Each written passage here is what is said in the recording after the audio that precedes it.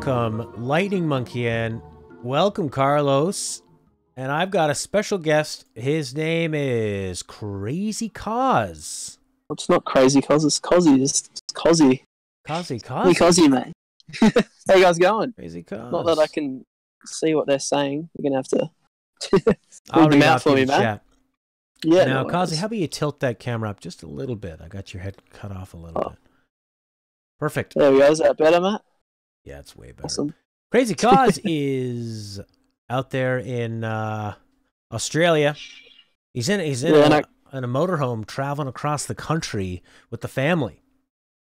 That's right. Nice hot summer day, you know, compared to a bit different to what you're probably going through there, Matt. I was working on my Yeah. car today, and my feet were so cold. I thought I might get frostbite. I might actually get frostbite. I should be very careful with my feet. But what we're going to be doing is debating. Those who watched last week, we did a Q&A, and then Carlos kept asking us to debate characters.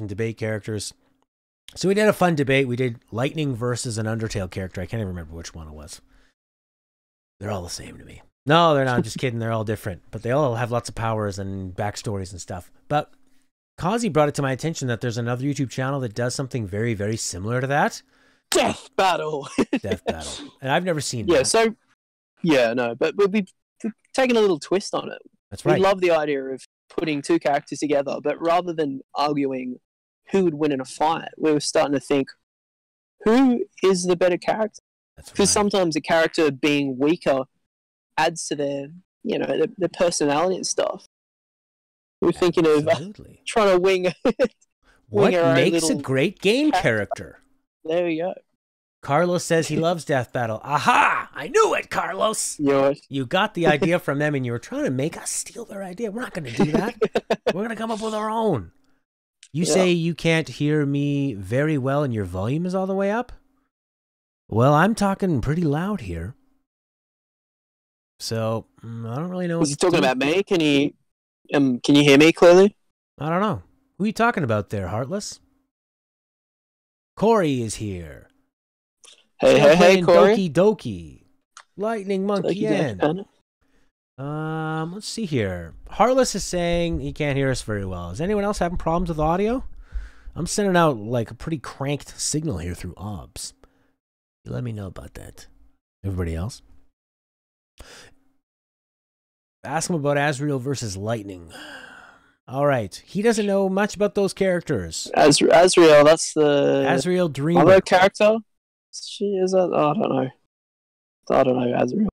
I thought that was Corey Undertale. hears us loud and clear. So that's going to be Awesome. on your end there, Heartless. Elazul's here as well.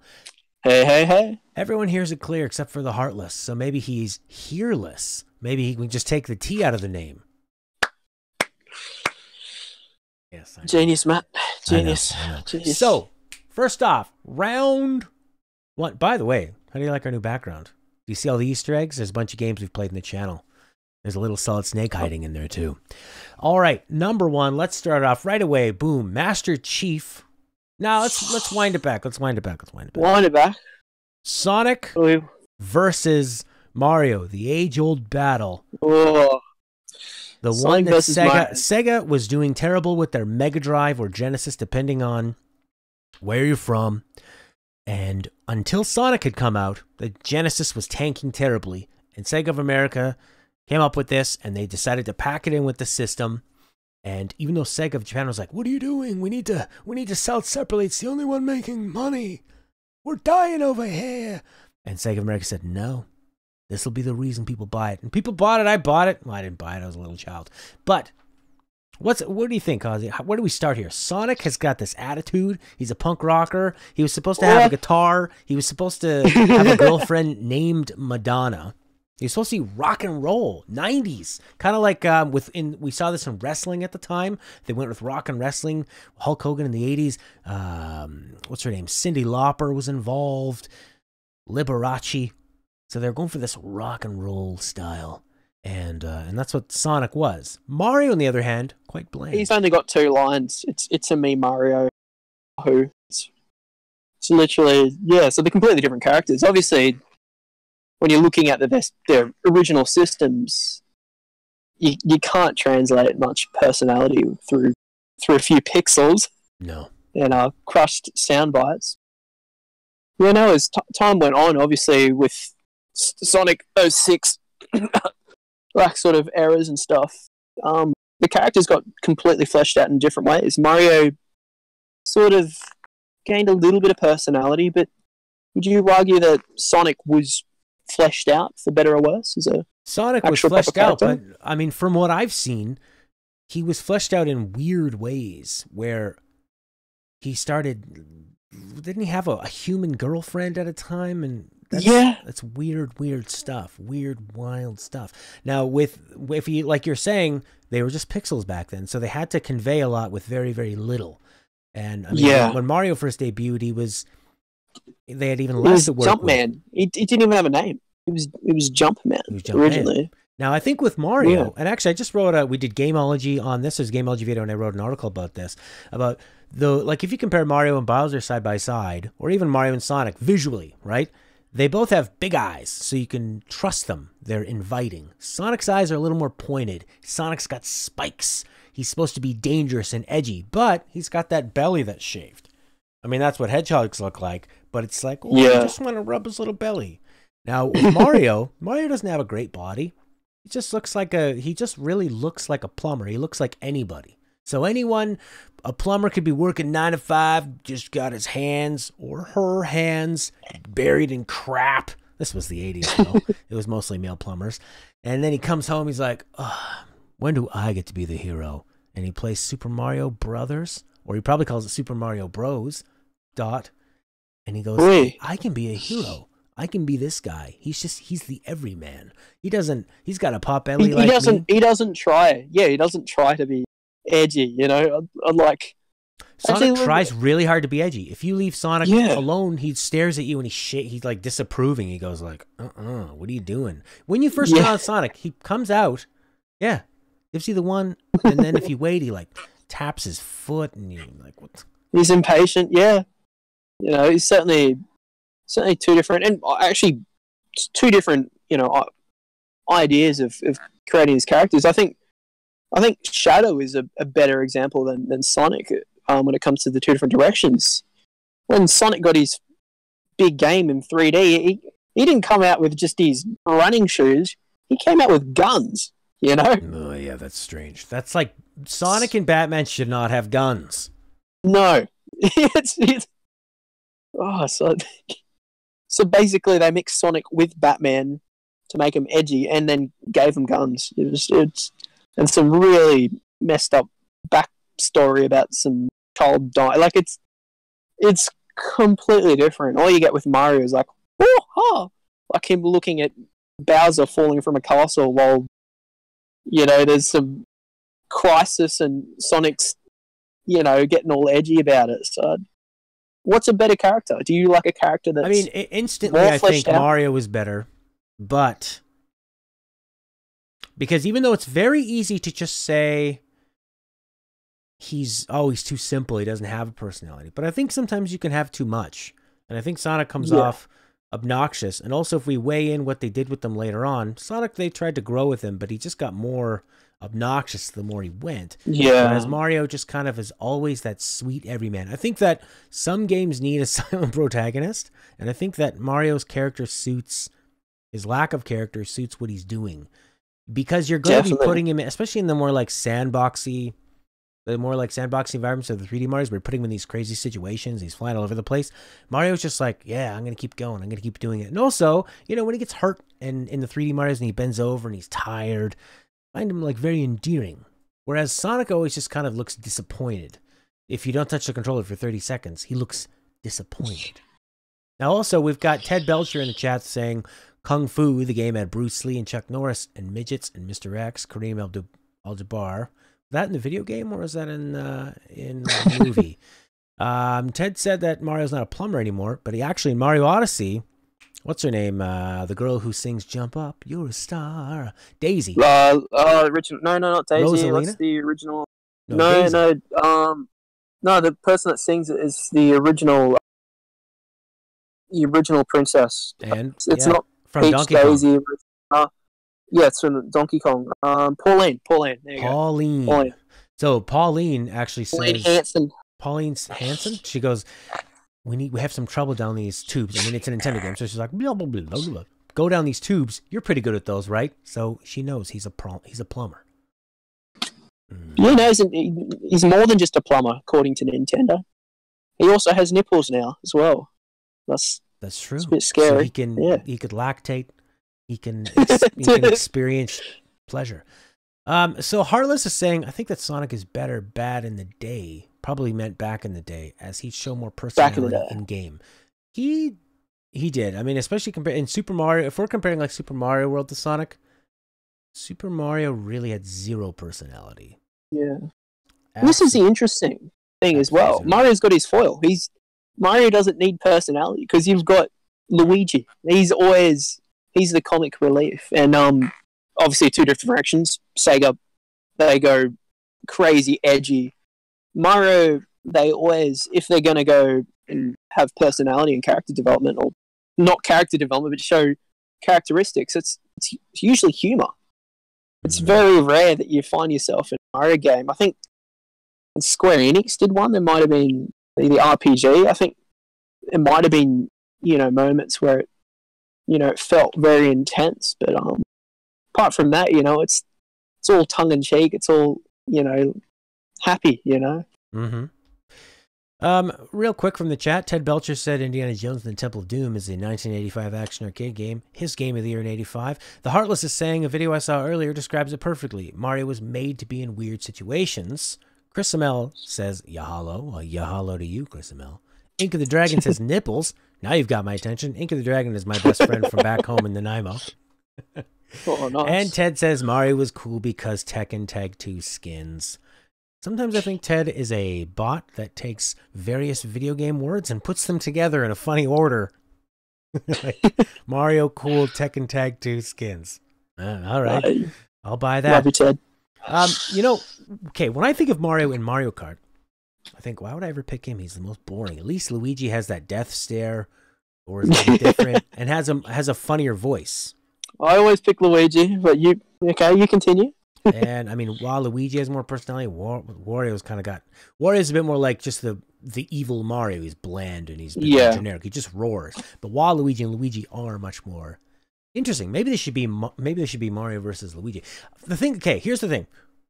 Mario is a generic character. He's designed to be generic, like the Heartless is saying. Intentionally. He's intentionally designed. I think, other than in Mario Kart where he's super boring, but he's meant to be the generic guy. He's the it's about, as he said, weird situations. It's about the situation. It's not about the character, intense gameplay, simple character. I think that's kind of probably Nintendo's, it's not intense, but, focus on the gameplay. I think that's Nintendo's sort of way of thinking. Yes, so you continue that? It's very tough, but we're going to have to come up with a decision here. Helping from Mario. Mario? You're going I'm Mario? putting in Mario. I could lean towards Mario. How's the chat feeling there? Ed of Ink of the Dragon is wanting us to add Ori to the list. He's super biased, though. He's an Ori loving freak. So we need an Ori versus. Maybe Ori versus Alucard or somebody from Dracula, or like Simon Belmont or something. And also Ori in the Blind Forest. I've only played probably the first few hours of that game, so don't really can comment, but Ori's quite of an interesting character. We'll talk about Ori a bit later. Yeah, we'll talk about that later. You continue? We need to figure out this one right now. So, and we're also going to do Frisk versus Cloud is in. You got it. Okay, so Heartless is going for Mario. I think even though Mario's greatest crime is being bland, but that also serves him well. Sonic's biggest crime is that he's obnoxious. Even on his best day, he's obnoxious. And that's what they were going for. He was a reaction. You're too slow. Yeah, Sonic wouldn't exist if there wasn't a Mario to react against. He's kind of like I'm from Canada. And we can be criticized for being obsessed with comparing ourselves to America when America barely knows we exist. They think that we're just like some extra state, that they haven't legally conquered yet. So I think that I'm going to go with Mario. And we all agree Mario goes? Ted says Mario grunts a lot, and grunting It's cool. What? What? You hear it. If you call that grunting, It's. I mean, when I think of a grunt, it'd be more like if he was going. You know who grunts a lot? Link. Link is more of a grunter. He's always like, yeah, ha, huh. Mario's more like exclamations of joy. Yeah. What? You know, if you're gonna watch the female tennis, you'd imagine Link, not Mario. Yippee! Swinging the bat. All right, first winner is Mario defeating Sonic in terms of just being a great character. We're not talking about a fight. Carlos says Undyne versus Tifa. Carlos, you have to say one that is not an Undertale character. How about that? How about that? Grunting is a cheap soundtrack. It's the Nintendo way, says Ted. You stick around, you learn a lot from Ted. All right, so Mario wins that one. Let me bold him. Next one up is from the world of... No, we're not going to do that one yet. Okay, let's do Master Chief versus Samus. Ooh. That might be a big one. Maybe we should leave that as the main event. How about in the undercard? That's hard. That'll be a hard one. We need to warm up to it. Well, how about this? I'm going to know more about... Okay. Bowser versus Ganon. Bowser versus Ganon. So we've got Mario's enemy, and we've got Ganon. And I'm going to come right out, and I'm going to say it's Ganon. Here's why. Yeah. Because Ganon takes many forms. Ganon has an air of mystery. Ganon plots. He will steal a woman, but he's also like murderous. He's scary. Bowser has always done the same thing. He's a joke. He's a joke. And the same.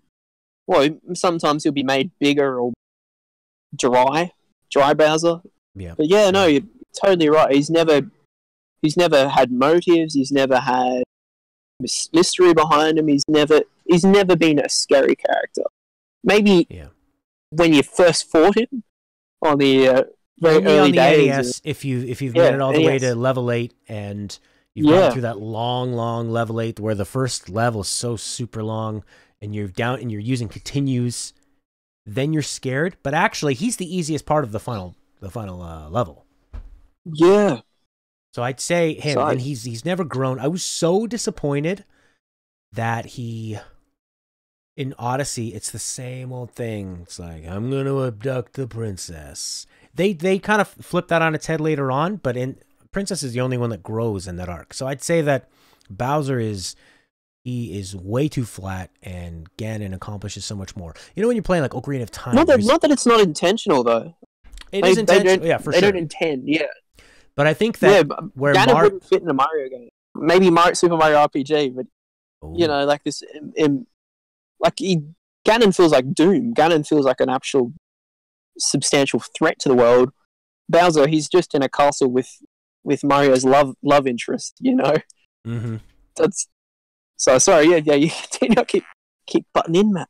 No, the butting in is good. There's things to say. What I'm going to ask you to do is try to move as little as possible so it doesn't lag. I guess so. No, that's fine. Just so everybody knows, Kazi's on a mobile. He's got a mobile phone. He's out in the Australian wilderness. Yep. Also known as a caravan park. Yeah. Yeah. So it's a great way to go. Just casually traveling around Australia in a motorhome. But the less frames that move. Yeah, the less it has to redraw, so we'll just try to stay very still. But so yeah, I mean Bowser has the same criticisms as Mario in that he's a bland character, but I think I want him to be more interesting. And Mario 64, he had like even less personality.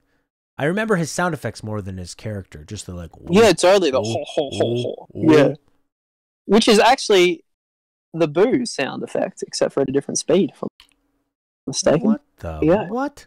Yeah. I thought they just ripped it off from Jabba the Hutt. Oh, Han Solo.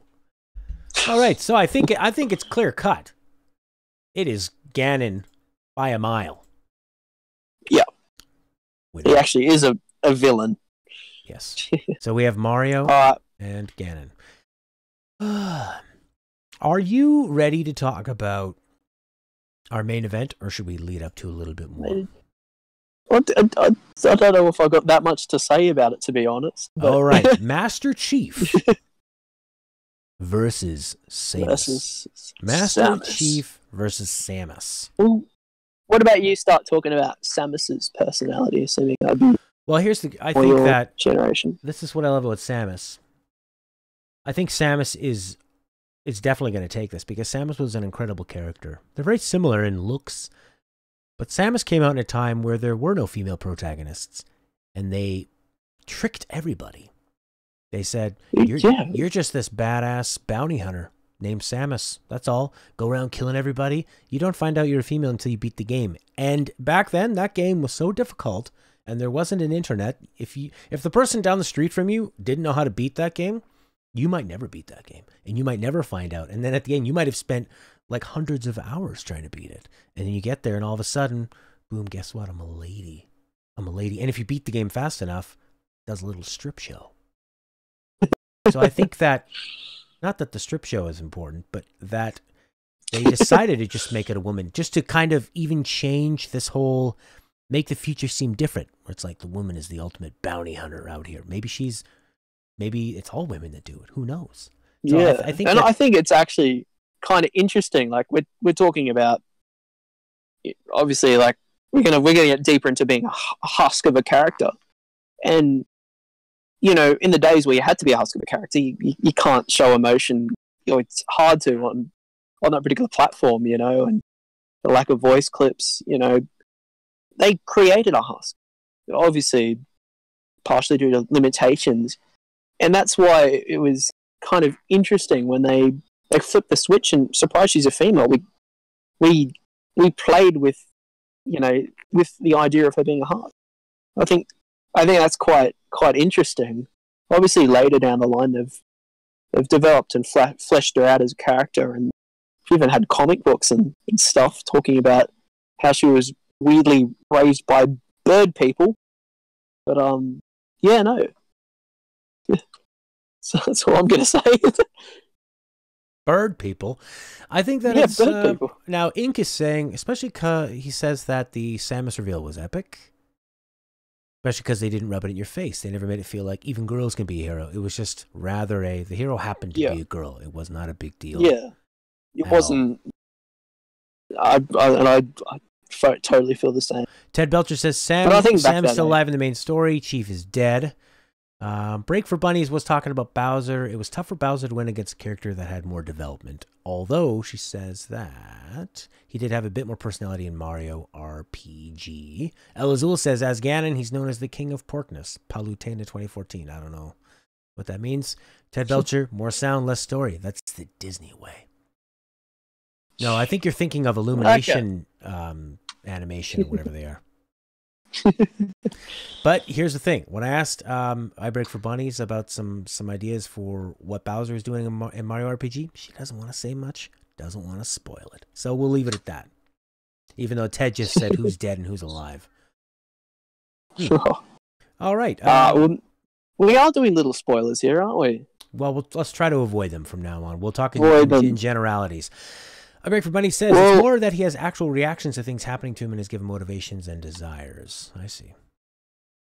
And Ted thinks that the ball in Metroid should have been a lot bigger. Here, Kazi, you go ahead. I keep interrupting you. Oh, no. So also, I was going to get... We've talked about the Samus, though. Master Chief also started off like Samus as a husk. Bungie, the team development, said that their goal was... We didn't want a character with personality. We wanted you to feel like you're Master Chief. So that's why they deliberately had a blank character. They wanted him to be a machine almost. Right. So we haven't talked about the interesting thing. Right. Yeah. So, and Mario's not a character. Are you meant to relate to Mario? Would you say, or would you say he's more? I guess he's an all-round person, you know, but. I think Mario, you know, you don't need to relate. You don't need to not relate. It's all about the movement. You know, you don't have to worry about the depth. But when it comes to Master Chief, it's deliberately made the character mute. You know, in a world where other characters are, you know, there's a lot of marine chatter. There's a lot of conversations going on, and you've got this one character that unlike in the Mario universe where, you know, it's a weird world. They've tried to portray a realistic environment, have one character that is, you know, the main character that is dead quiet almost. Says a couple of lines, but almost feels like doesn't have a voice, doesn't have a personality. Now, how do you feel about that character?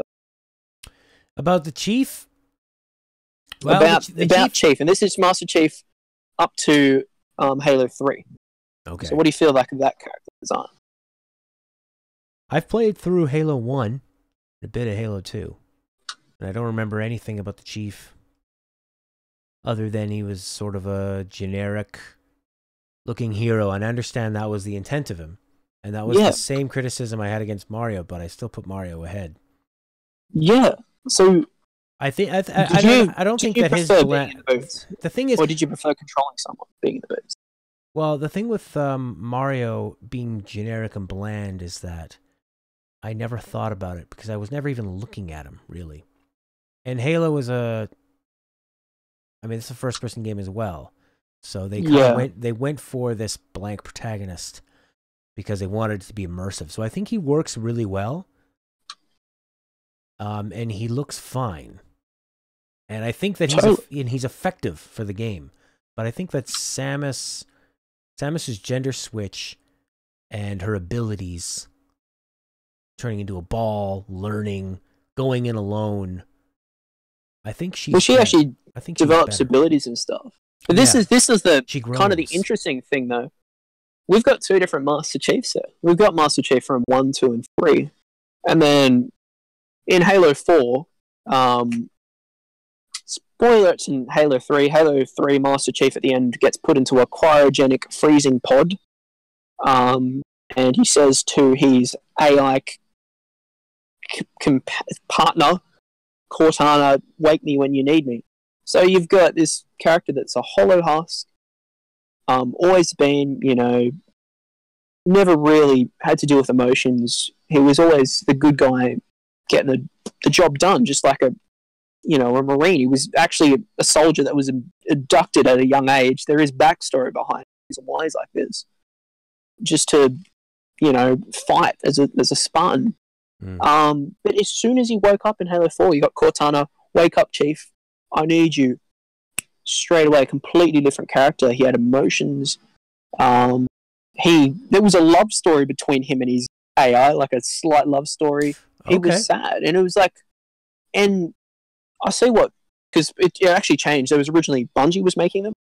Bungie ended up partnering off with Sony.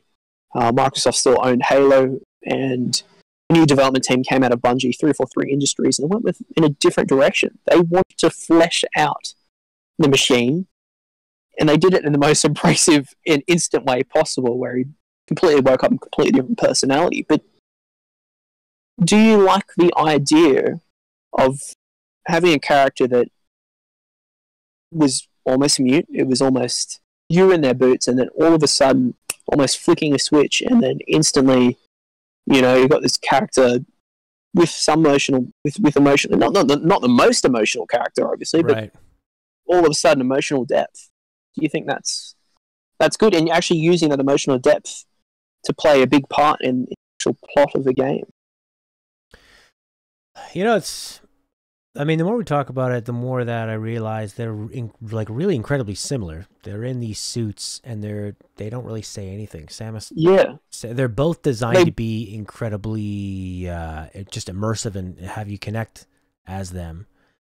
And Samus's gender reveal was incredibly important at the time. Yeah, and they both popped out of the suit.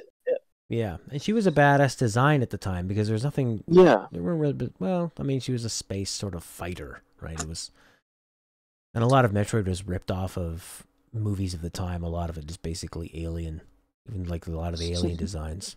Oh, that gender reveal was huge, and it was a good surprise. It was a great. It was surprise. Like, what? No way! Holy crap! That's insane. Now, but when the Master Chief without. Yeah. Sorry, I continue? No, keep going. Oh, I was just saying, now, what about for the Master Chief? I got a surprise. He jumped out. He had emotional depth to him. all of a sudden, I didn't complete the game. It was at the start of the game. It was almost for no reason. Complete switch of character. What do you think of that? I didn't play the game. I don't have any experience with this switch of characters. So how do you feel about that? Do you think that it was cheap or was it effective? It was cheap. It was abrasive. But everyone hates Halo 4's campaign, but I'm someone that... And I didn't like the actual gameplay of it, but looking back at it, it was kind of interesting, and I actually kind of liked the idea if they slowly fleshed Master Chief out. I think, you can't just instantly change the design of a character, that's the same character, it's a continuation of the story. Because, it's what obviously all the fans knew this badass, it's a badass suit of armor. It was literally a suit of armor. He had no face. He literally, Samus did their face reveal, but it was Halo 4 that had the first time you got to see part of Master Chief's face, where legendary ending. Sorry, spoilers, but you get to see his eyes. And I know what they're doing. They're trying to make him more human. I think you can't just change a character just to fit a story. You can't create something. You can't just have Bowser. Well, you might be able to get away with it if it's Nintendo, because you don't take it seriously. But it's like if you had Sonic being this really nice, genuine, caring character, and then all of a sudden he becomes like this. You can't change a character just to fit a story. And I think that's sort of what happened wrong. And I actually think that the Master Chief becoming an emotional character might have been a good idea to work towards as like a subplot, but it was what gave the story all its tension. It was about him losing his AI partner. So, yeah. Well, Samus wins, in my opinion. But yeah, you won me over with that. Samus was the one that jumped out at me, and then I was wavering a little bit. But your speech right there, I'm going with that. So let's say Samus. What, you going with Master Chief? No, Samus. Oh, Samus, yeah, because cool. Chief had the potential. Yeah, but they blew it with being too abrupt. Yeah, Samus has been maybe not as much of a character arc. But saying that, there has been some. I forgot one of the Metroids. I haven't played it. I don't even know if I've played a Metroid game. I saw a few live streams and stuff, but there is one game that people critique as Samus being a badass character, and then one of them is about her just having all these issues and just being a whining character. I've heard of that. So I think Samus's legacy is a little bit tainted too by one particular bad game or narrative or character development. But I think what we're going to run into a lot with these is that a lot of characters are designed to be translucent. They're designed to just be have little to them as possible, and that is the design of the game, especially older games, because they couldn't do a lot with them, and you were already supposed to be more immersive with it. I mean, there's nothing wrong with translucent though. No. My issue is when you change the character all of a sudden, abrasively, just to fit a different. I think that's the issue. You should never. You can change a character, but you need to have a reason. You need to have time. You can't just open up a cryopod. Wake up, Chief. Wake up, Chief. As soon as Chief wakes up and he's a completely different guy, I'm like, no, go back to sleep, Master Chief. You've had your 3 Halo games. It's all good, mate. But, all right, well, there you go. They blew it. Samus wins. Let's go with something a little lighter. How are you on Kefka and Sephiroth? You're not really a Final Fantasy guy. No, I'm not. I'm sorry. You could fill me in though. I'm all ears, man. All right, well let's go with. Or how about Joel versus Ellie? Did you play The Last of Us? I've watched The Last of Us, so I do know the characters. Okay, well, let's do that one. Let's do that. Joel versus Ellie. So, Joel, a gruff man who's lost his daughter. And just for other people that don't know, this is the same game. Isn't it Ellie and Joel? And Ellie, his younger partner? Like, yes. Not relationship partner. Yeah, just double checking that Ellie's not from another game. No, this is it. They're from the same game. Yep, same game. Two great characters. Yes. Yep. Naughty Amazing Dog writing was really Naughty praised Dog, for pushing a darker, very personal movie-like storytelling. I don't even think it was the best gameplay, to be honest, as well. I think this is a game where the characters and the narrative sold it. Yeah, absolutely. But even though the gameplay in that game is a little bit clunky at times, the great thing about it is that a lot of the gameplay reinforces their relationship. You spend a lot of time grabbing ladders, helping Ellie climb, and what happens is when those characters are eventually separated, you feel that impact more because maybe you don't have that person to help you climb up a ladder and do that kind of thing, so you have to find different solutions. And what they do is, even when some of that gameplay is a bit mundane when you're exploring, they're always talking.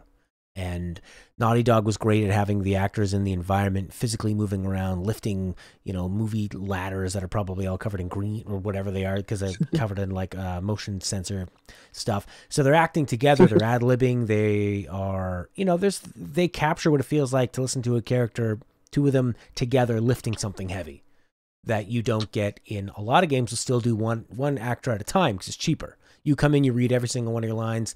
Next day, another actor comes in and reads all their lines. So they're just kind of, it's like two people playing with a soundboard talking to each other, whereas Naughty Dog really pushes this, let's act together. So they're both really powerful characters. I mean, Joel is the damaged father who lost his daughter to the zombies in the beginning of the game. It sounds so much sillier when I say zombies. It's crazy actually, she didn't get lost to the zombies. Though. She was shot by the government. Yeah, that's right. So yeah, and calm down. And he meets this girl Ellie. I mean, this is an older game. I've already spoiled one part of it. I'm gonna try not to spoil anymore. Oh no, spoilers, guys. I'll try not to spoil anymore. All right, so Ellie is a girl with an extraordinary ability. She's tough. She's sort of grown up on her own. She's spunky. She's not afraid. And Joel and her form this relationship where they look after each other. Now, and to begin with, he's a reluctant caretaker, and he can definitely you can tell, that he's like the whole opening scene is just, like as you said, his daughter dies in his arms, and he's been roughed. How many years later as well? He's gone from Blackbeard to Greybeard Joel. Yeah. But he sees like his daughter. So, 10, 15 years. Yeah, he sees his daughter in this character, and causes him a lot of strife. And I guess they sort of reluctantly help each other to begin with, and it's not, the bond isn't because of them liking each other to begin with. It actually starts off as him trying to do something to stop the zombie apocalypse, and it pays off in a pretty awesome ending. So I'm gonna let you continue. But there's a lot of great. I mean, the thing with Ellie is an intriguing character, and she's interesting, and she's she's spunky, and she sort of grows. But I think for me, it's Joel, because Joel is a great anti-hero, where he's not an anti-hero just to make him edgy. He's an anti-hero because that's what he's done to survive, and you slowly get the idea that he's done a lot of things that he's probably not proud of, that he's had to survive, and that this world has naturally hardened him in a way. Well, there's a scene actually where I think someone gets in front of the car and goes, "Stop! We need help."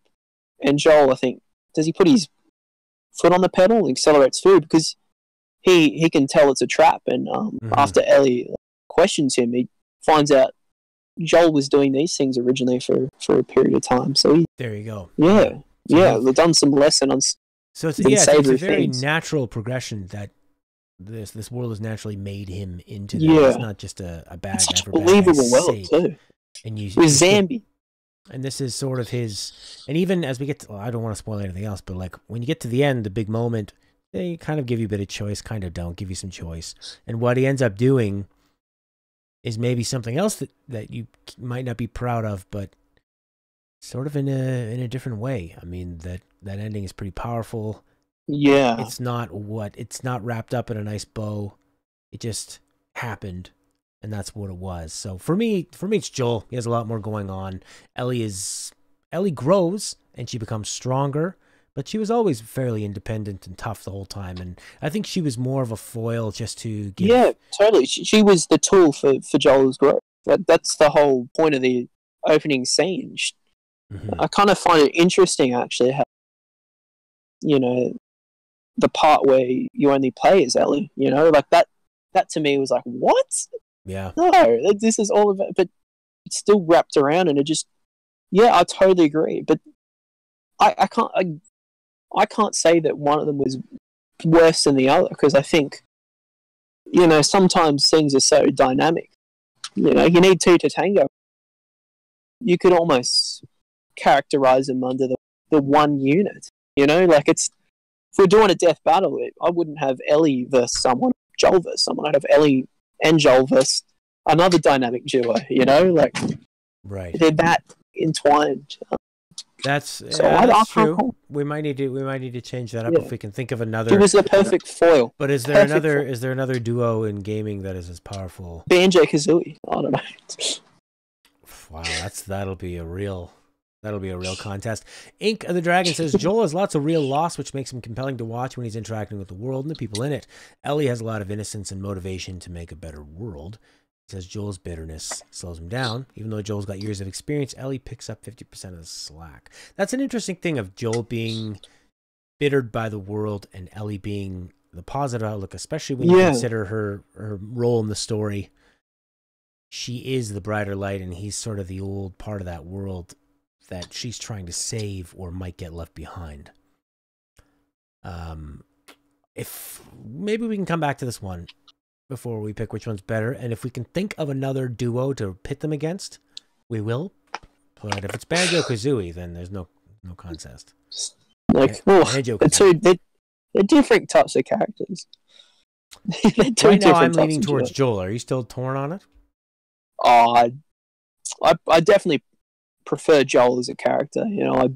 The pessimistic, overly pessimistic realist is grizzled. And watching his growth, I'd pick Joel too. I'd have to. This reminds me of a similar character from The Walking Dead. That had a very similar, like Walking Dead Season 1, that game had a very similar opening as well to The Last of Us. All right, let's come back to this one. All right. Yeah. Well, give us some more ideas. I think some people are saying some pretty smart things in the comments. It seems like, Ink of the Dragon is fleshing out what Joel and Ellie are, but he says that even though Joel's got the experience, Ellie picks up 50% of the slack. So yeah, Ink says pit them up against the brothers in Double Dragon.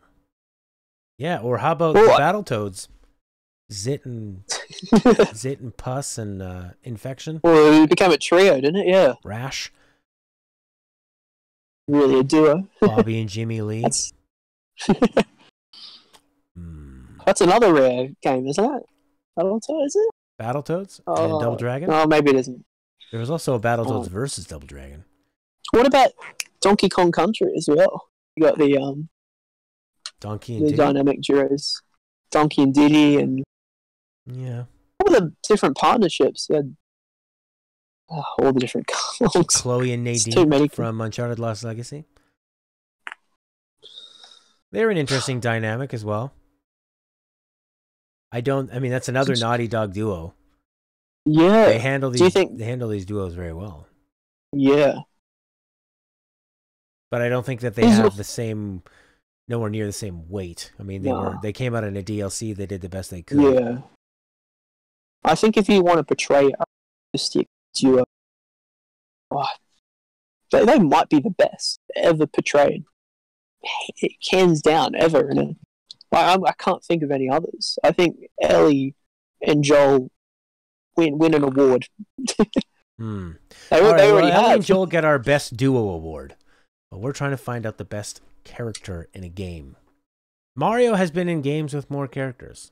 So has Samus. But this was... and you play as Joel. He's the star of the game. Inca saying Gordon and Alex from Half-Life. That's on par with Joel and Ellie. For him, I haven't picked up me Half-Life for ages. So Half-Life 2. can't remember.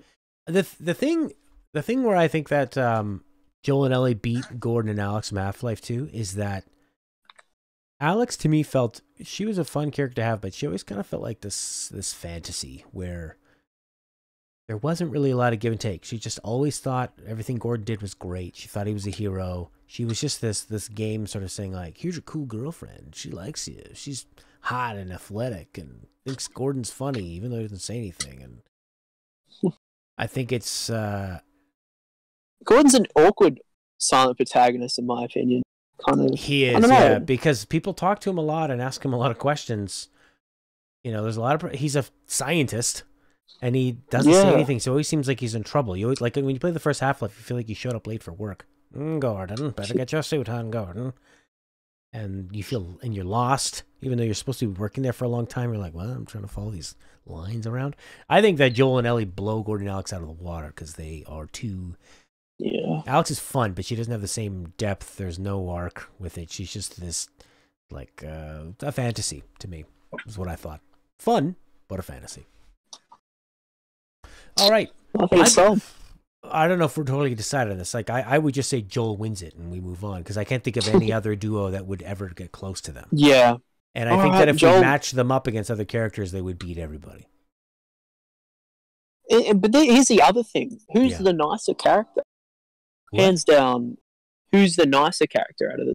Like, the nicer character? Like, who would you rather... In saying that you'd like to have a beer with Joel, I know, but Joel's not a nice person, or at least not to begin with. It's the competition for being the better character isn't about who is the nicer person, who is more optimistic. I think it's more about the growth, development, you know? Joel is the pessimistic one, you know, in the duo, and that makes him a more interesting character. So, yeah, I'm going to say Joel. All right. Q came around. Ink of the Dragon has also had another good suggestion to face Joel and Ellie off against Booker and Elizabeth from BioShock. Ooh, Infinity. That's a good call. Infinity, I loved it. BioShock Infinite. My favourite part about BioShock is when you die, there's no punishment. When you die, there's no punishment? Yeah, that's... I think there is. You just die and just respawn, and all the enemies you've shot are still dead or Did they keep that going in Infinite? I didn't play much of Infinite. I don't think go they back did. I think no, it's those are the Vita chambers. And yeah, I only played Infinite, actually. I've watched the playthrough of all of the others. Yeah, no, Infinite. I don't know. It's just... I reckon...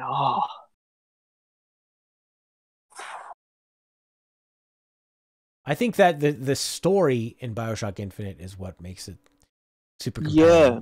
Is it necessarily the characters that's really that interesting? Oh. I mean, Elizabeth's there. Very interesting, but I think it's more Elizabeth's abilities that...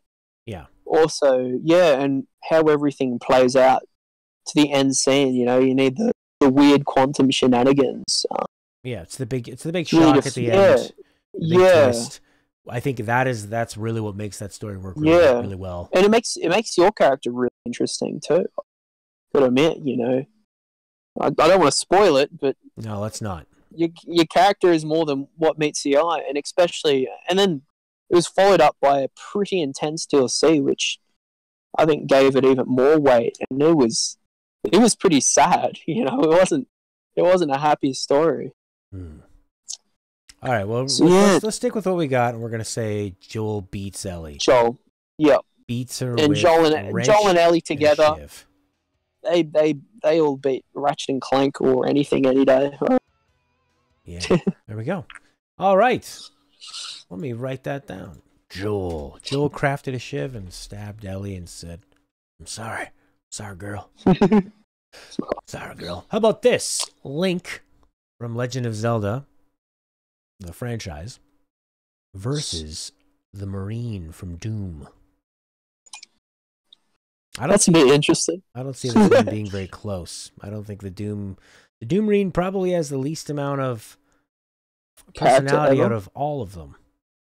Out of absolutely the thing about all. him, though, it's become a joke. Yeah. With the, Bethesda, everyone's aware of the joke. So, but yeah, no, Zelda is definitely. I only put this one in because One Lich Emperor asked for it, and he was pretty into the Marine winning. And why? Really? What makes you prefer and this is actually who the Master Chief is modeled off, obviously, Doom guy. They're pretty similar. And that's where he obviously got its nature from, probably inspired by Doom, but Doom is the epitome of a silent protagonist.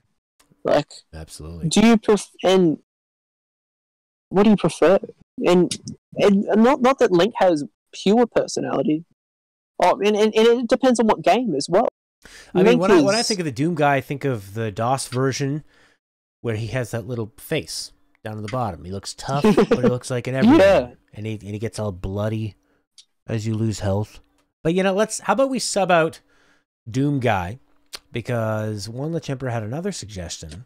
It was Leisure Suit Larry. Excuse me, princess. Leisure Suit. Actually, you know what? Doom guy wins because Zelda CD. That's the why. That's anything wins. Anything goes. Zelda CD. Have you checked out those cutscenes, Matt? Yes. Stuff. Of course, I've seen that crap. Yep. And the Doom guy's he's terrible. He's a joke, like you said. He's a funny little joke. Haha. Yeah. Let's get rid of him. Let's go Link versus. What was the one I said? Leisure Suit Larry. Leisure Larry. Now, Leisure Suit Larry, you might need to have a refresher and look this up. He was in the Sierra time of adventure games, walking around, typing things like open door, put down object. He was a sex pervert. And his goal was to try to make love. No. That was his goal. So these were adult-themed games. There were lots of them. Like eight of these games. And all right. So the thing with Leisure Suit Larry is that he's not a stud. All right. He's kind of receding hairline. Oh, okay. Wears a cheesy suit. Yeah. 70s cheesy guy. But he has this confidence, and if you do the right amount of puzzles, he will get what he wants. God, it sounds horrible. Is this appropriate for a 90s kid, Matt? No, it's not. What about Honeybot? No, what about... Actually, here's an interesting character. And you're not too familiar with Pokemon, which is sad. But you, in Pokemon, boy or girl, red or like whoever your character is. Pokemon, your Pokemon trainer is very customizable. You can change your appearance. And I think this is kind of interesting. What do you think of, in like think of World of Warcraft? Any game where you can customize character. Destiny, lol, jokes. But what do you think of a character that you can customize? Even with Pokemon, original Pokemon, who's only picking between. Well, if we give you the ability to do something, we could maybe put that on the table. I mean, if you think of it being like an Elder Scrolls game or a Fallout game. Yeah, Elder Scrolls. Like, what do you prefer? Do you prefer? Do you prefer? Well, I mean, it's different for the different genre. Or do you prefer being a set character? What do you feel? Like, would you rather be running through Elder Scrolls as Link, which you can do soon? Yeah, if you haven't checked out the DLC for Elder Scrolls that Nintendo's releasing with the Switch release. But I mean, Link is the thing with Link is he's generally pretty silent. I mean, let's talk a little bit about Link. We've mentioned all these other people against him. Link's still customizable, especially in Breath of the Wild. You can change his clothes, change, what weapons, the arsenal that's at him. But Link is always Link. Mm-hmm.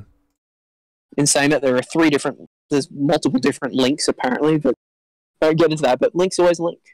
Would you rather play in that world as Link, or would you rather play in that world as a character of your own customization with its, maybe might have a few different lines based on some maybe attributes?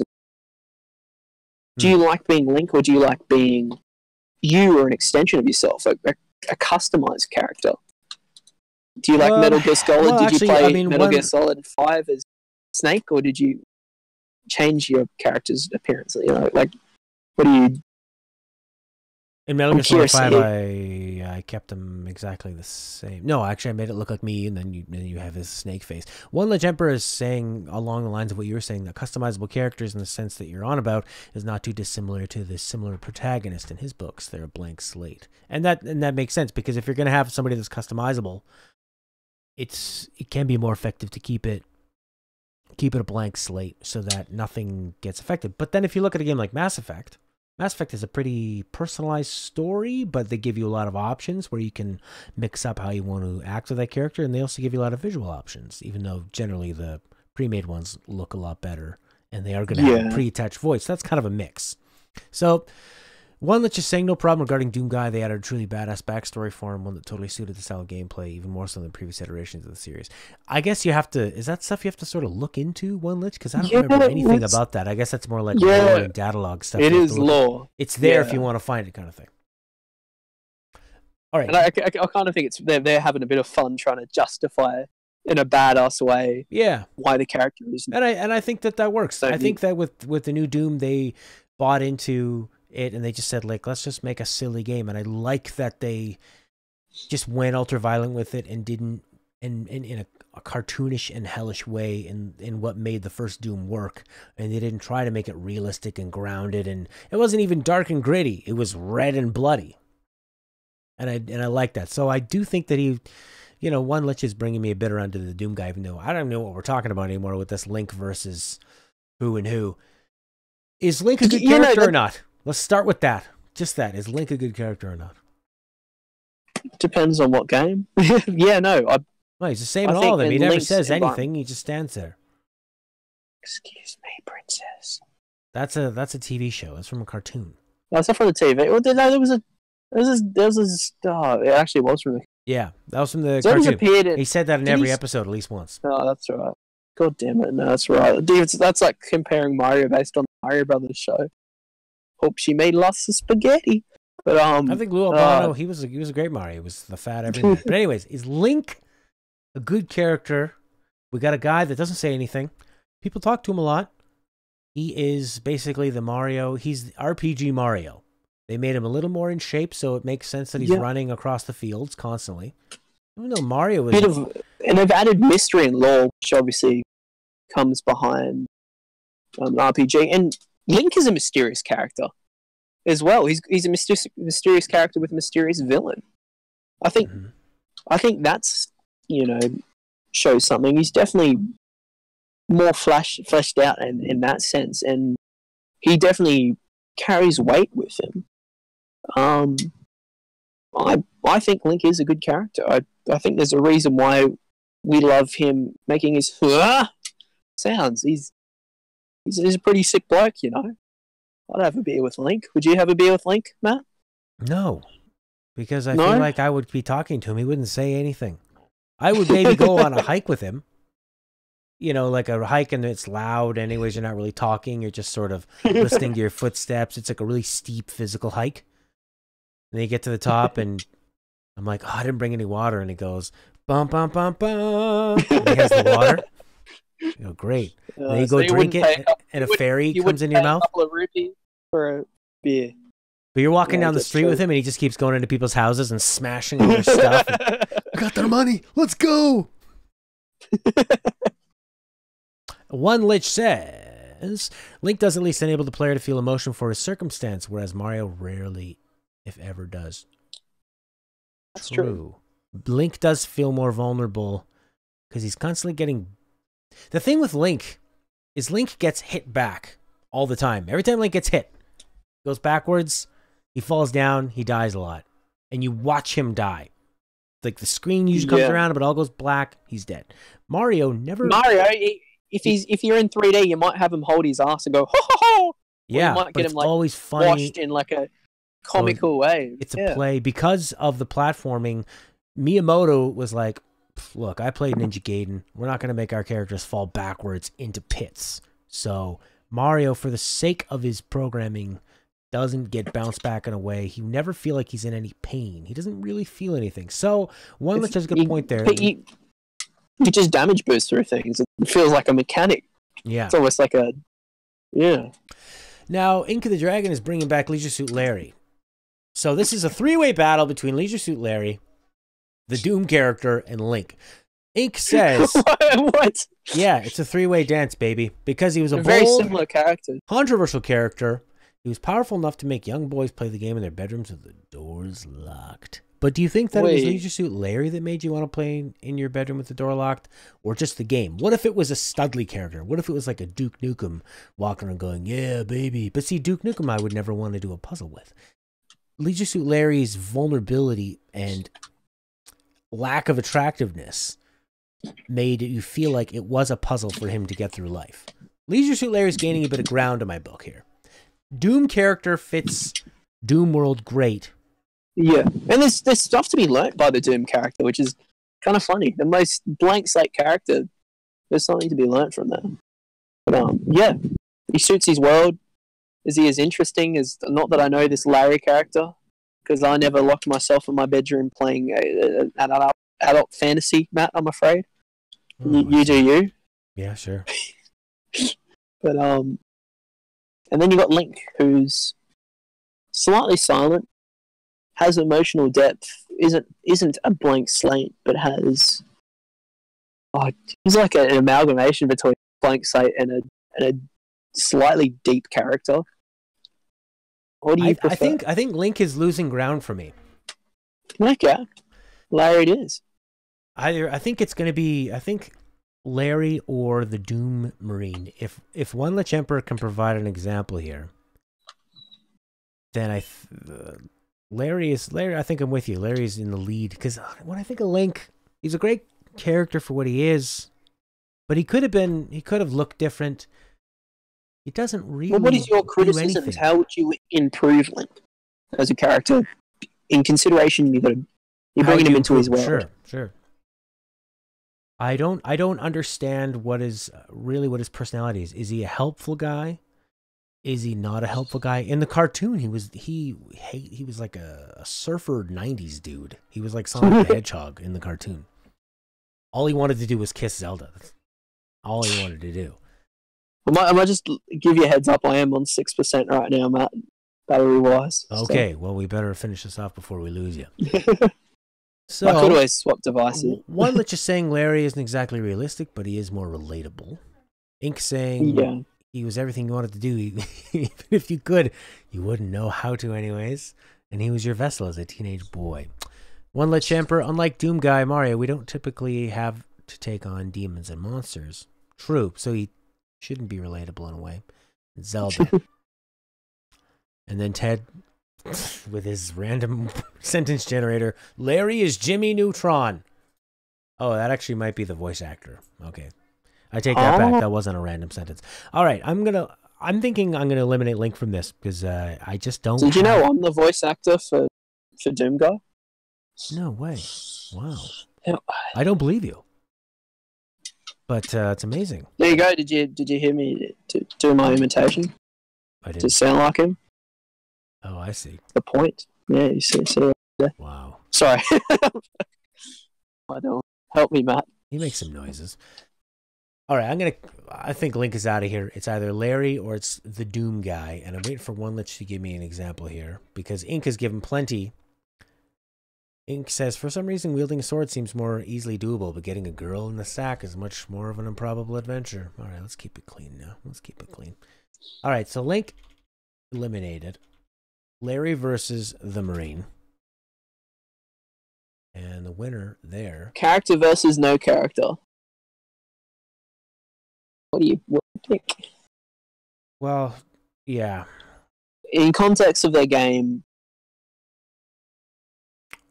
they're such a big part of the game. They're central. I think Link is not Doom, central to the adventure. I think that Doom could have. No, he's not. But I think that the Doom Marine if could Doom have had a been personality. And it wouldn't have killed the game, would it? It wouldn't have destroyed the game. If Larry had a different personality, it would have dismantled the game. The game is Larry. Unlike the Doom series, the game isn't Doom Guy. Yeah. The game is Doom. So I think I'm going to have to go Larry, even though I've never played this game. But from what you said, I think Larry. That's the consensus. Larry wins it. Larry. All right, let's head on now with one last one. Who's a better character? You or I, Matt? Matt or Kazi? Oh, Kazi for sure. He's got catchphrases. Yes. He says controversial things. He's a charming guy. I'm just a cipher. And Matt, you win just because you're so modest. I'm just polite. You should be proud of how modest you are. I barely exist.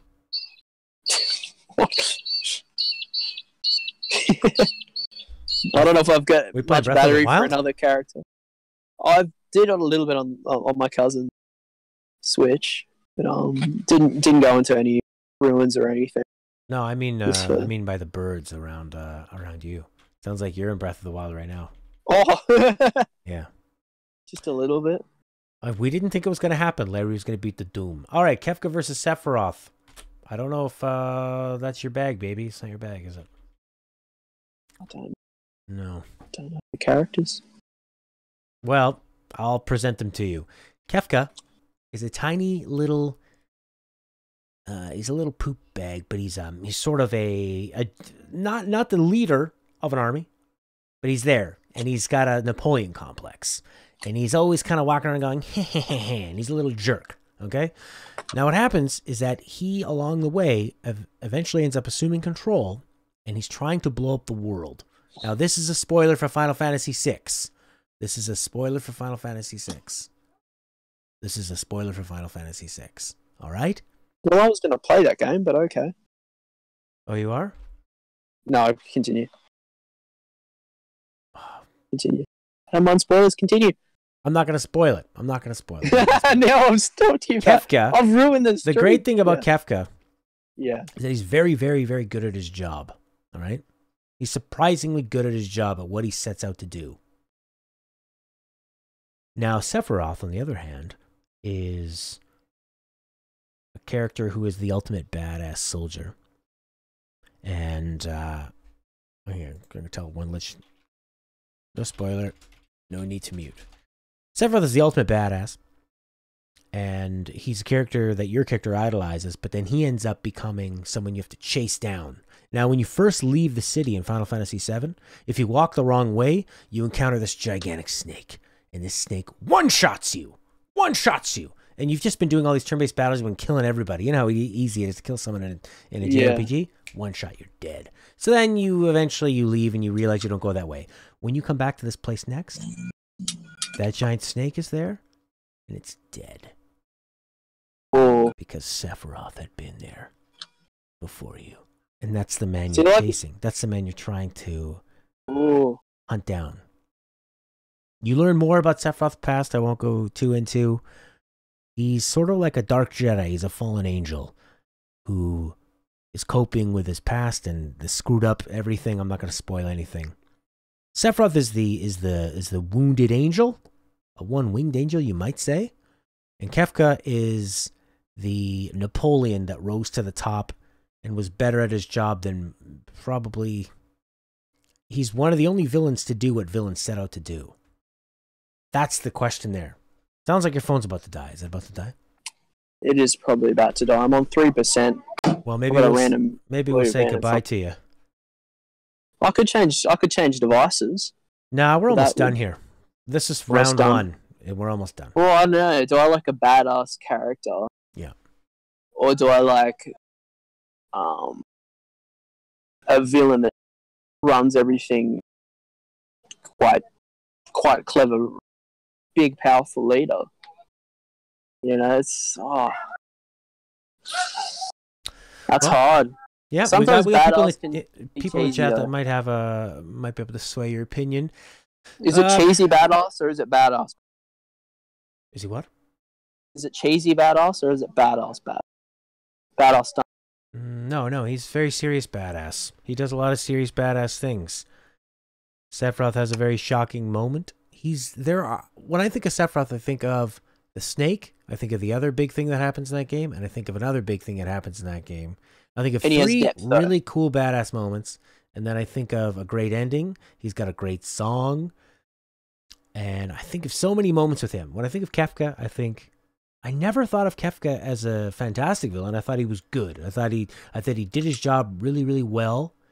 And as Ink of the Dragon says, Sephiroth is full of duty and order and is scary as a result. Kefka is unpredictable and chaotic, which is scary as a result. I really like Sephiroth's arc throughout the story. He's a little too OP in my opinion. God level takes it too far. But on what little I know about Kefka, Sephiroth wins. We need a better argument for Kefka, because right now for me it's absolutely Sephiroth. But I'll wait for someone to give a.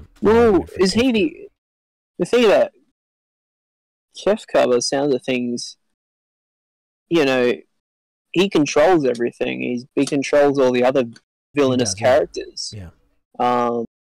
Where you're just pursuing one dude, by the sounds of things. Might have a few followers, but I think one sounds more powerful. I reckon Kefka would take down. What'd you say his name was again? This isn't a battle. This isn't death battle though. This is just who's more. I know. So I think one of them's kind of a scarier villain, which is kind of cool. To me, I feel like, you know, money is scarier than someone good with a sword, you know, and power and stuff. But I don't know. I kind of want to follow around a badass villain. That sounds kind of cool. So I mean, everyone sold me. The thing with Sephiroth that I liked is that he gave you a trail, a breadcrumb thing to follow that just kept growing and growing. Something I've noticed with Final Fantasy, with Tales of Berseria, is that from the opening moment you realize who the villain is and what you're going to have to do, and there's not a lot of growth throughout for the first chunk that I've seen so far. Whereas with 7 and Sephiroth, he changes as he goes along, and they keep that chase, and that provides you a reason to go to places. The people there react to how he was when he went through. They react to you as you go through. You see how he's affecting these things around it. You're learning how he's more intertwined with your main character in a lot of different ways that kind of unravel as they go through. A lot of psychologically messed up ways of like what it is to be a hero, and then you've got in 6.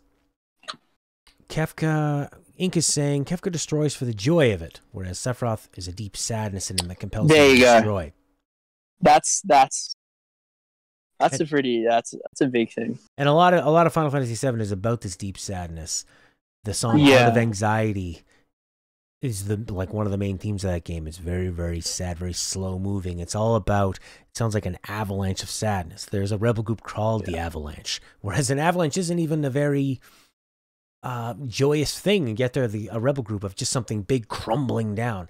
And I think he really fits the theme of that story a lot better. And he creates, or he's a part of that work. Yeah, he definitely adds to that kind of sorrow sort of vibe. So yeah, you guys have sold me.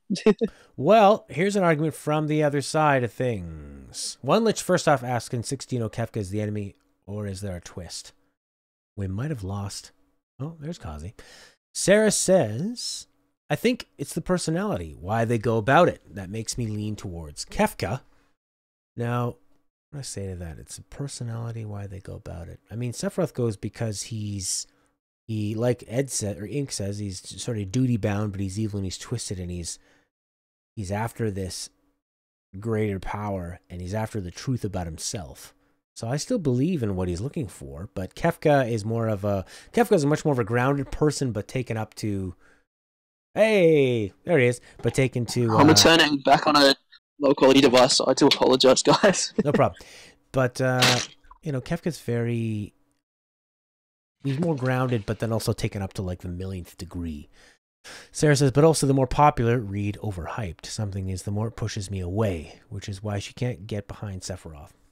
I mean, when I had first played 7, I mean, there was no hype. I just played it and really enjoyed it, and I loved it. And there's so many, personally, I have so many more moments with him as a great character, and I was there before the hype, man. Now Kefka, but Kefka is the opposite. I came to him after the hype. I came after everybody talking about how great he was and how great Final Fantasy VI was. And while I enjoyed Final Fantasy VI, and I think he's perfectly fine, I just didn't. And I think he's great for that story because he is so unassuming. He's the polar opposite. Sephiroth is tall, Kefka's short. Sephiroth is thin, Kefka's stocky. Sephiroth is in beautiful CGI. Kefka is pixel drawn. Kefka stamps up and down. He has a dorky laugh. Sephiroth has a ridiculously long sword. He's drawn out in all these ways to be this extension of what it is to be cool. Whereas Kefka... Who's more believable as well? Believable? Kefka is for sure believable. Kefka is the middle manager. That person who never left a crappy job because they couldn't do anything else. And now they become a person with just a little bit of power to be annoying. Nobody likes Kefka, but he still weasels his way up to the top. And of course, the best thing about him is what he accomplishes that I don't want to spoil. Elzo says, Sephiroth is serious. Kefka's crazy. Sephiroth gets very crazy throughout as well. Inca saying, historians will see Kefka as a dictator and Sephiroth as a myth or a godlike character. I'm leaning very, very strongly towards Sephiroth, even though I totally see that Kefka is a great character as a dictator. He's a dictator. He's a little fart. Once you have a job, you're going to meet Kefkas. But Sephiroth, I just found so much more personality and so many more moments. I think he had more moments in that story. The story was more about him. Whereas 6 was actually more of a sweeping epic with a large cast of characters. So I think that Kefka didn't need to be as good as Sephiroth. Whereas Sephiroth needed to carry that game as the sole villain. Luigi says Sephiroth just because he knows him. Well, if you know the guy, I think you're biased. You and Sephiroth are friendly. Good point. That's a good point. Well, that's kind of interesting. Mm-hmm. Kind of interesting. Just kind of, though. He's more of a stereotypical villain, isn't he? Like, he's just a badass. But then again, he's got reasons. He does have motives. He does. He's the Darth Vader. Yeah. He's the Anakin. He's an Anakin. Yeah. Just not as bad at acting. Yeah. As Anakin. Aiden Christensen has been okay in movies. You try reading that dialogue. All right, I'm gonna go with Sephiroth. I don't know what you have to say about that, Kazi Wazi. It's going off my camera. There we go. Oh, there we go. Sorry about that, ladies and gentlemen. Yeah, I reckon. Whoa. Chuck Dan Kefka, whatever. Yeah, I can't pick. They're two different people, two different villains. I think that we have more people in the chat as well that are going for Sephiroth. Sarah was saying Kefka because she doesn't like the overhypedness. Sephiroth. I can't tell what Ink is going for. He's just giving great information on both sides. Kefka's he's the powerhouse behind the scenes. Like, he's more of a I don't know. It's Sephiroth. So, it's Sephiroth. Sephiroth. The moments. But there's a reason why he's so overhyped. That's why. Because he's great and because he made such a big impact. The spoiler that everyone jokes about from Final Fantasy VII, he's responsible for that. I think of him in that burning village. Such a great scene. You know what? I'm going to play Final Fantasy VII. There you go. That's how I'll decide. And I'll play 6 as well. There you go. Play them at the same time. Own mind. So I'm not going to have a voice in this. Now I'm very intrigued to see how these two different villainous characters sort of play out. I'm leaving my vote up to the audience, Matt. All right. You. Let's vote, everybody. I'm putting down Sephiroth, but people can vote. Ink votes for Sephiroth. We got one for Sephiroth. We got one vote for Sephiroth. Ooh. One for Sephiroth. One vote for Sephiroth. One vote for Sephiroth. While people are voting for that, we need to do... Carlos also votes for Sephiroth. We need to do Frisk versus Cloud. That's another one you don't know about there, Kazi-Wazi? It's like Sephiroth has the monopoly. I think so. It's Sephiroth. Sarah's thinking, oh yeah. Yeah, typical. Everyone's going for Sephiroth. Overhyped. All right, that's it. We've decided. Let's go Frisk versus Cloud. Frisk is the main character in Undertale. Frisk is a... Gender neutral. Yeah. I think so. It is, yeah, absolutely. Sarah says it's predictable as the mosquitoes winning most deadly animal. I think that's not super predictable. I mean, now, I guess, once you've already seen that. Luigi says, in terms of combat, Frisk beats Cloud. What? In terms of character, Cloud beats Frisk. Well, yeah. Does Frisk have a... Sarah says it's Kefka for her. I think combat, they're talking about how unique the combat system is. Because it is quite a unique system in Undertale. But yeah. Does Frisk have... Frisk is, again, supposed to be...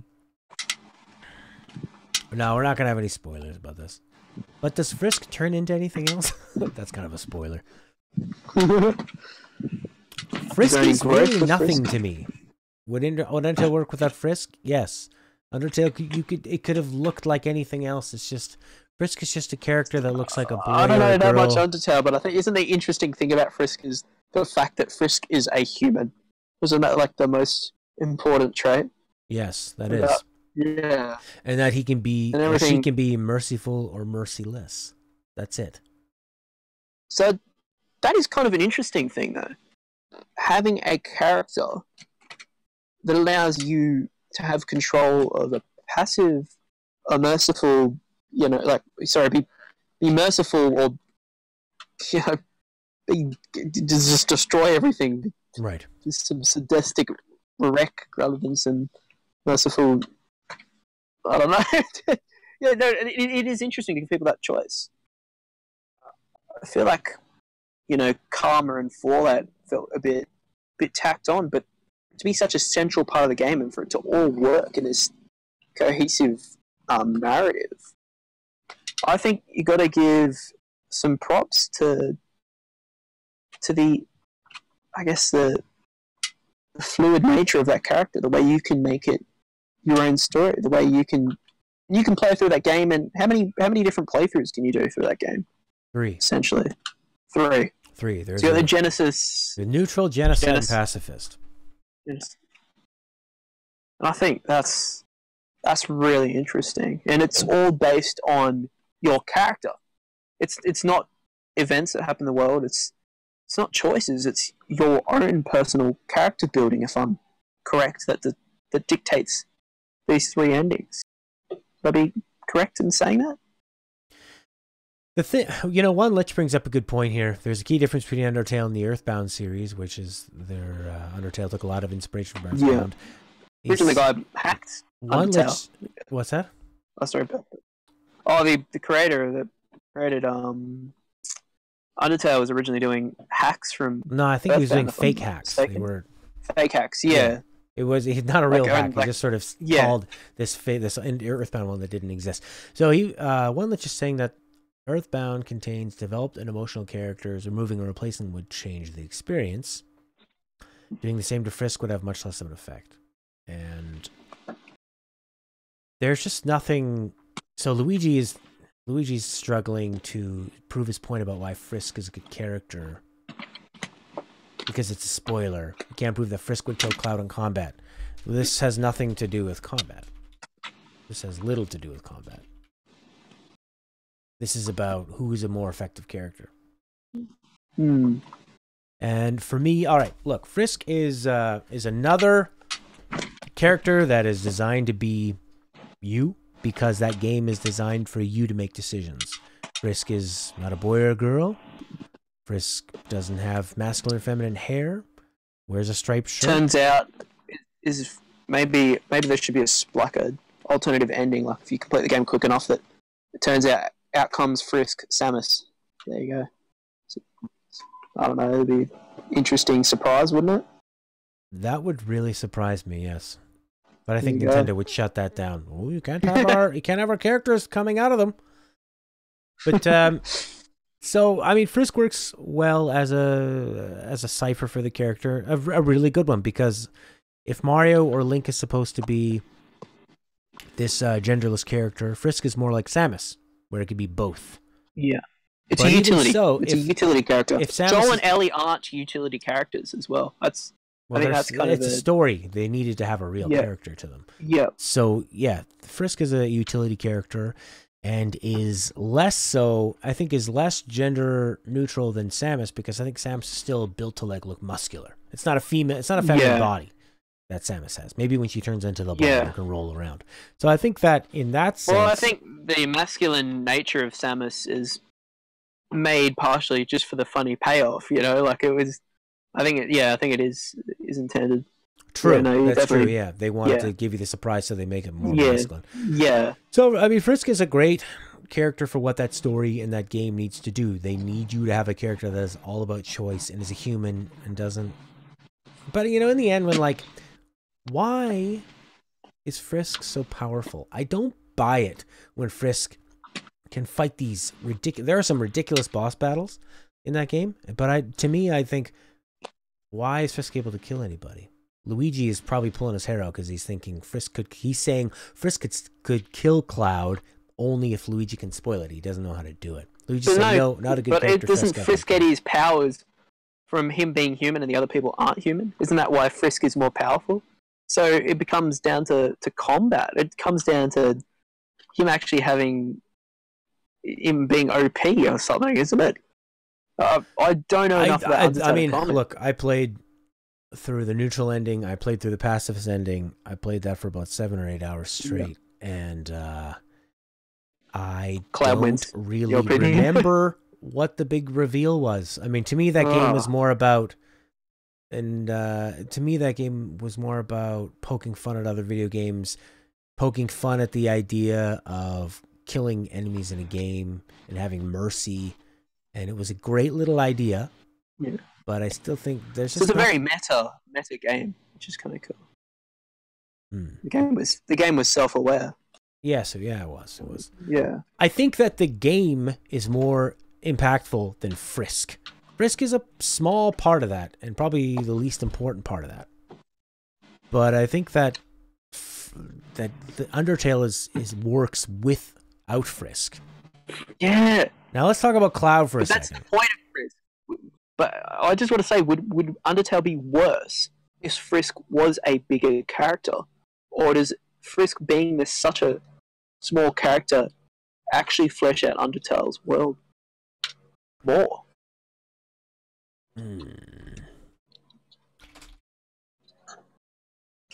No, I mean Frisk is. You could change Frisk around a bit and it would be fine. Okay, done. But Let's go to the cloud, dude. but like one, let's just saying comparing an explicitly developed character with a vessel for the player to inhibit is difficult, as we've proved several times over. So that is tough. Yeah.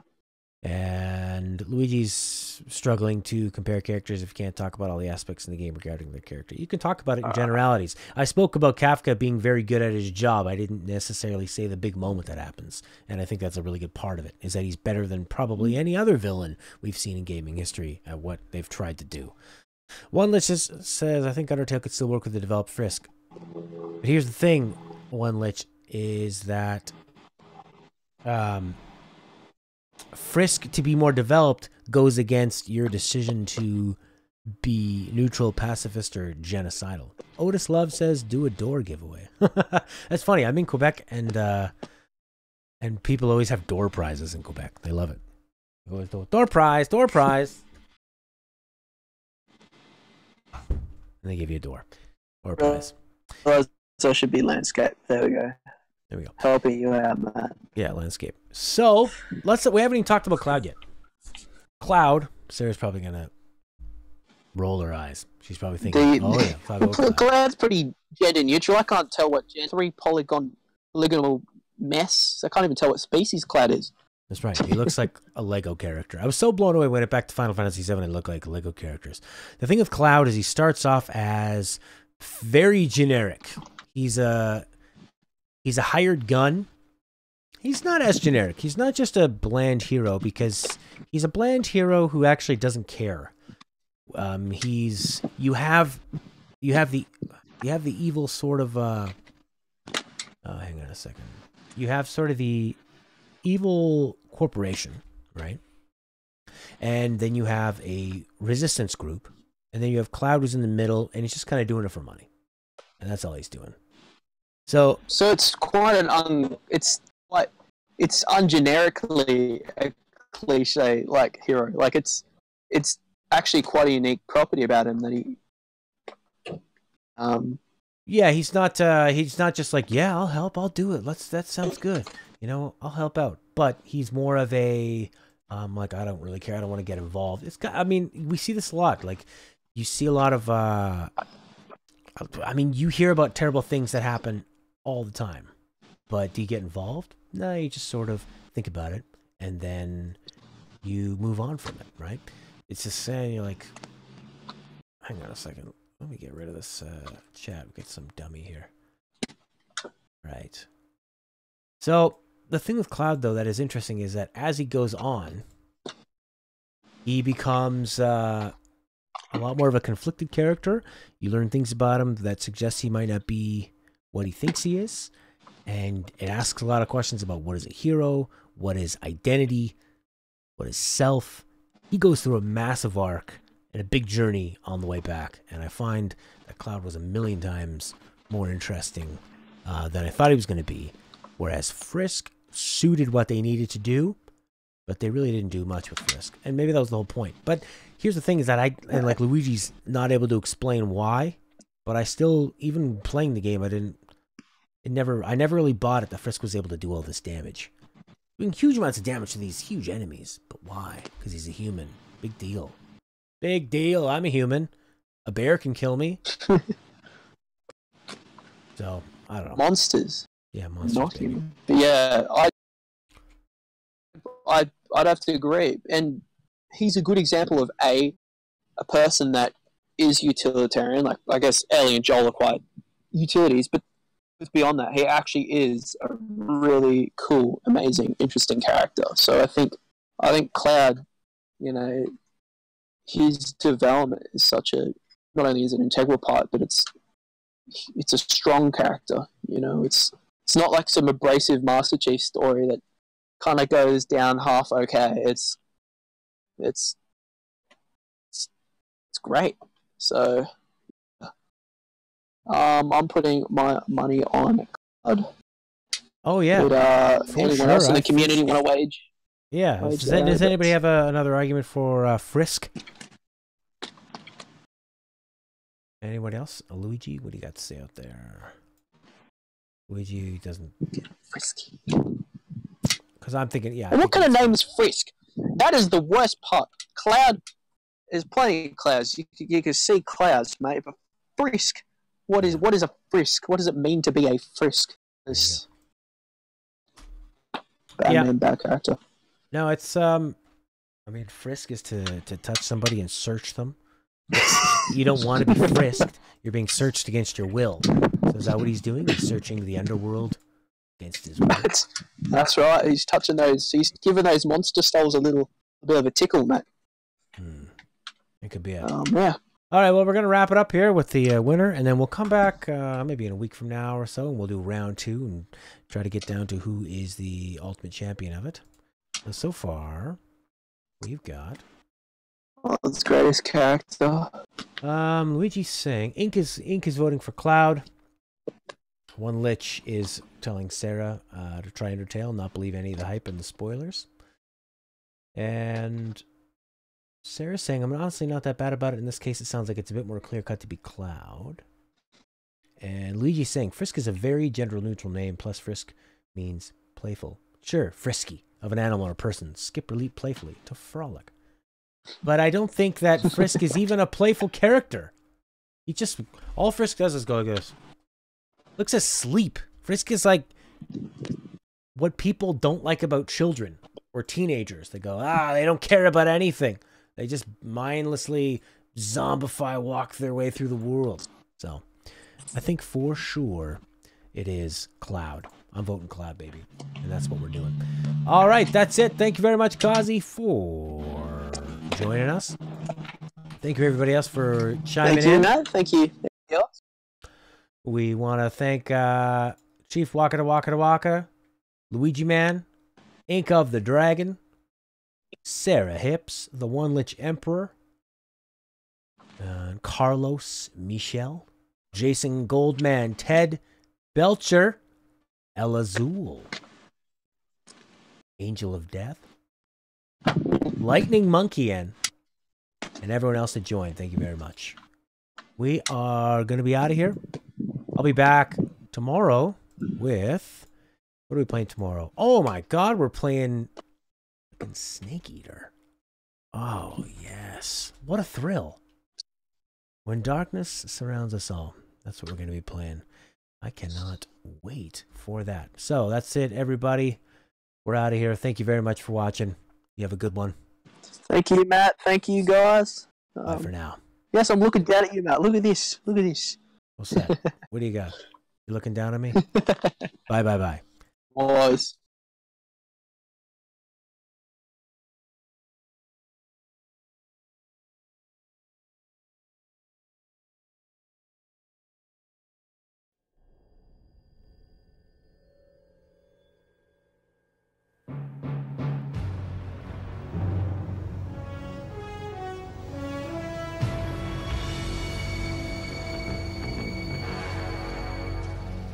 What a thrill,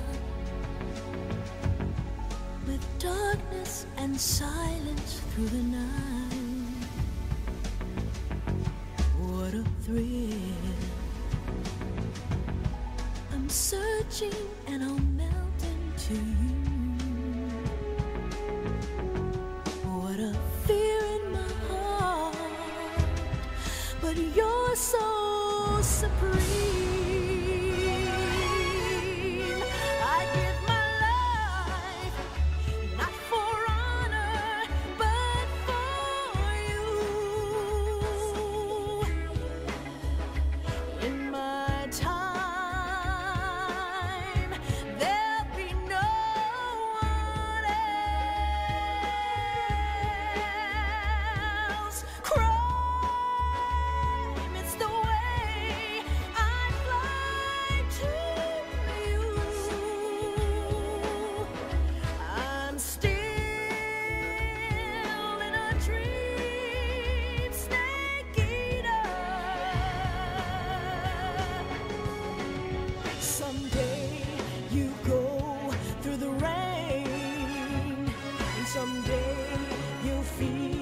On a tree frog, it's ordeal, the trial to survive.